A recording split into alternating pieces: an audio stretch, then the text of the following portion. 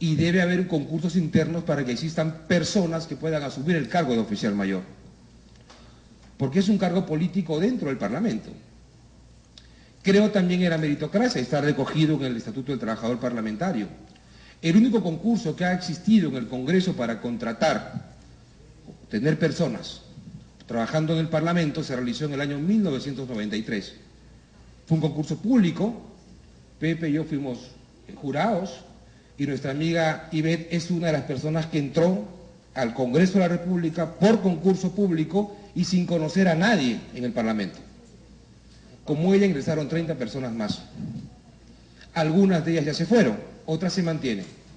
Pero creo que la puerta de ingreso al Parlamento tiene que ser por un concurso público. Hay muchos peruanos, hay muchas personas que están capacitadas para trabajar en el Parlamento y creo que la forma de reclutarlos debe ser por esa vía.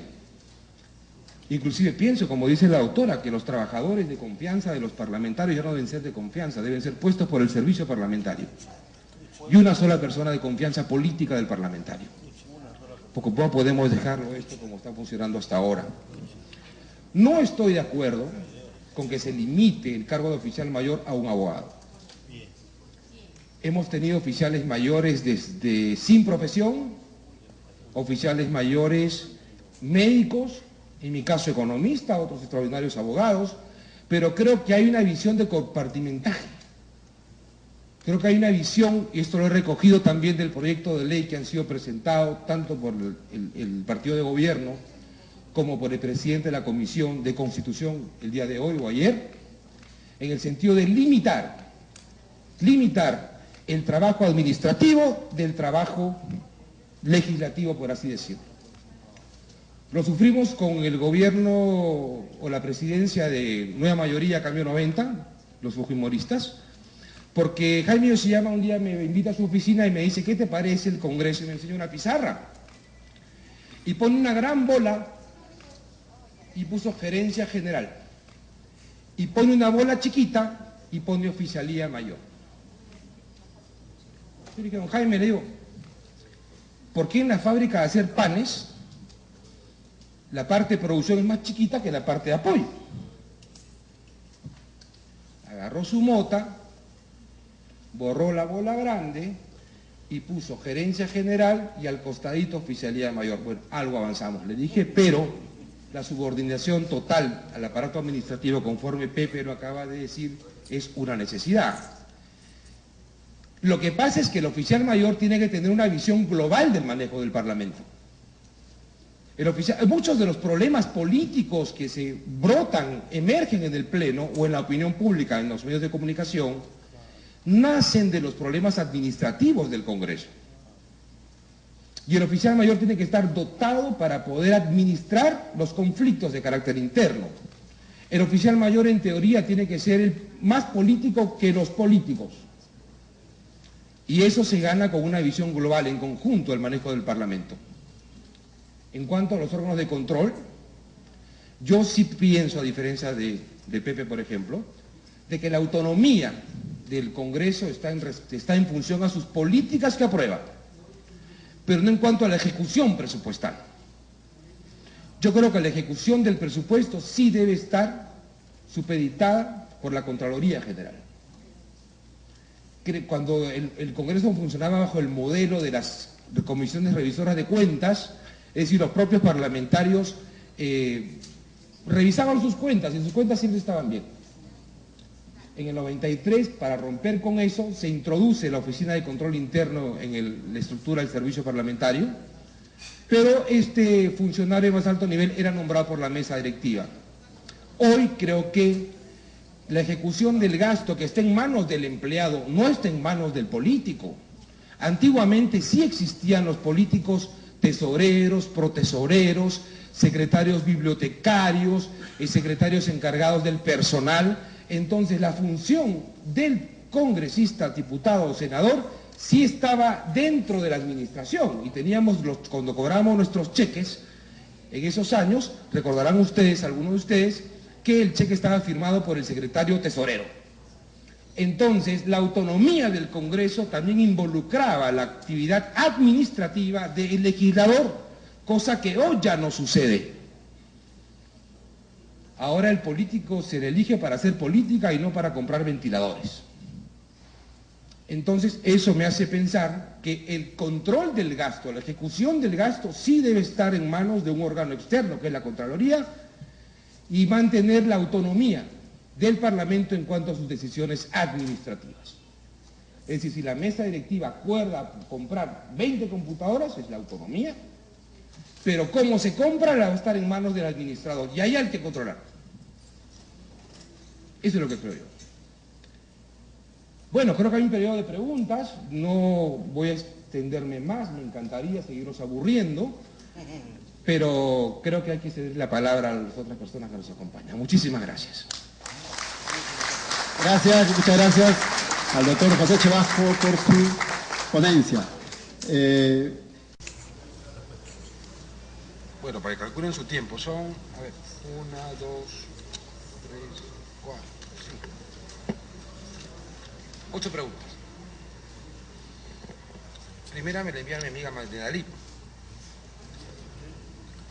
Dice, el capital humano se hace en la cancha, ¿cierto? ¿Acaso también no lo conforma el personal de confianza? Hay compañeros que tienen más de 20 años trabajando como un contrato de personal de confianza. Debería haber una base de datos con la que se pueda contar, ¿no?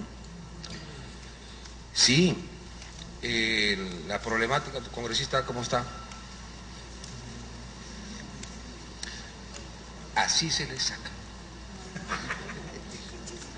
Le decía que sí, más que una base de datos de personal de confianza, el personal de confianza de los parlamentarios con el tiempo se convierte en un capital permanente.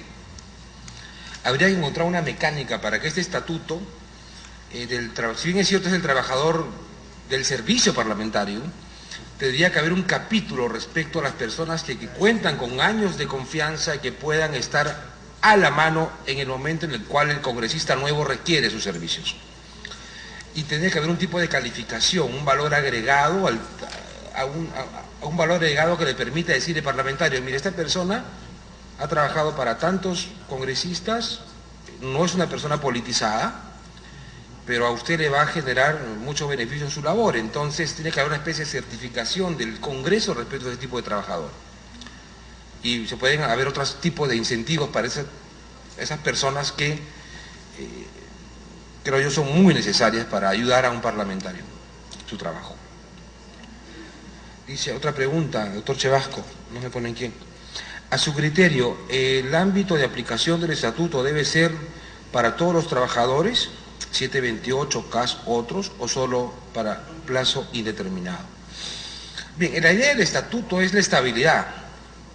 Y en el momento que se apruebe tiene que haber una mecánica por la cual el trabajador, indistintamente a su régimen de contrato, de remuneración, puede incluir en este estatuto. La tendencia a largo plazo es que exista un solo tipo de trabajador, con un solo tipo de remuneración, y de una manera tal que exista un orden y no exista el desorden que actualmente existe por falta de este instrumento. Yo sí creo que debe haber uniformidad en el tiempo. Siguiente pregunta de Willy Martínez. ¿Se debe establecer solo un régimen laboral, bueno, ya lo dije, de la actividad privada del Estado? ¿A qué trabajadores alcanza? Pero creo que con la respuesta anterior he dado respuesta a esta pregunta. Esperanza Mesones. ¿Cree usted que el estatuto parlamentario llegue a aprobarse tras años de debate y que se dé a favor del trabajador y que éste se cumpla siendo un congreso altamente político? Bueno, esperemos que sí. Yo le estaba sugiriendo a nuestro secretario general que una vez que ustedes revisen ese estatuto, voten por él y así aprobado lo alcancen a los congresistas, ¿no? Sería una buena estrategia para que respeten el criterio de ustedes los trabajadores. Siguiente pregunta. ¿Cree que ¿qué dice acá? ¿En qué forma se podría proteger a los trabajadores frente a la contingencia de los golpes de Estado? Fíjense, yo por primera vez vi este asunto en el año 1993 en una reunión de oficiales mayores del mundo que se realizó en París. Había una ponencia que decía los derechos humanos de los trabajadores en periodo de receso, entre paréntesis, golpes de Estado. revisando lo que establece estos derechos humanos de los trabajadores para el periodo de parlamentos en periodos de receso o de golpe de Estado, establecía una serie de mecanismos que la persona que realizaba el golpe de Estado tenía que respetar. ¿Y esto cuándo lo pude lo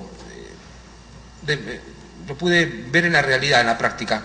Me reuní una vez con el oficial mayor de Chile, ya fallecido él, y me dijo: Pepe, cuando Pinochet da el golpe de Estado, no vota a los trabajadores del Congreso, los mantuvo trabajando en el Congreso, capacitándose, preparándose para cuando nuevamente retornemos a la democracia.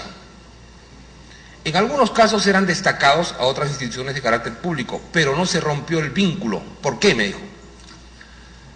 Porque es difícil encontrar un trabajador parlamentario eficiente. Para que un trabajador sea altamente eficiente, por lo menos tiene que estar trabajando en el Parlamento entre 2 o 3 o 4 años. No hay un trabajador, no es como un contador, digamos, no es como un economista que está ligado a la parte contable o económica, o un ingeniero. Es como comprar, si te quema un foco, vas a maestro y lo cambias y alumbra igual. No es el caso del trabajador parlamentario. Su eficiencia radica en el tiempo, porque hay una serie de elementos, en fin, que ustedes ya conocen, que permiten que un trabajador tenga una rápida solución ante un conflicto de carácter político, y sobre todo que la solución esté dentro del marco de la ley, ¿no? Entonces, estos derechos humanos de los trabajadores en periodos de receso, yo creo que hay que estudiarlo. Yo les sugiero que ustedes profundicen en el tema, para que primero, que el Estado no se vea, el futuro Congreso no se vea imposibilitado de contar con personal altamente eficiente. En segundo, en otros países inclusive, el tiempo de servicios para el trabajador del Congreso es el doble del resto de trabajadores. Porque ustedes están sujetos a presiones, están sujetos a estrés, están sujetos a trabajar 12, 14 horas diarias, cosa que no sucede en otros lugares. Y el tiempo de servicio se computa el doble. ¿Por qué? Porque la vida es corta, pues, ¿no? Entonces, yo les decía aquí a nuestro secretario general que una cosa es ser oficial mayor a los 29 años y otra cosa es ser oficial mayor a los 50. No, la eficiencia es distinta. Ya no podría correr como antes, que me iba hasta el sótano para sacar fotocopias mientras el PRI no funcionaba, por ejemplo. Consiguientemente, el derecho de ustedes a futuro tiene que ser contextualizado a la realidad en que ustedes viven. No, el trabajador parlamentario es una persona en la cual tiene muchos problemas familiares, divorcios y una serie de aspectos de carácter emotivo que son producto del tiempo que ustedes le dedican a esto y que el Estado no le sabe reconocer. Y así otros aspectos que podríamos tener en cuenta. ¿Por qué en nuestro país todavía tenemos una cámara única? Si en todos los países del mundo, bueno, en realidad el último informe tuve un debate sobre el tema bicameral. Aquí me preguntan por qué continuar en la unicameralidad y no, bueno, no es el tema, ¿no? Pero 92 países del mundo tienen congreso unicameral. Y algo chiquito. Cuando tuve una polémica sobre ese tema, le pregunté a la persona que defiende la bicameralidad, yo no la defiendo, ¿por qué cuando se apruebe el presupuesto del país, que es la ley más importante, se juntan las dos cámaras y se convierten en unicameral para aprobarla?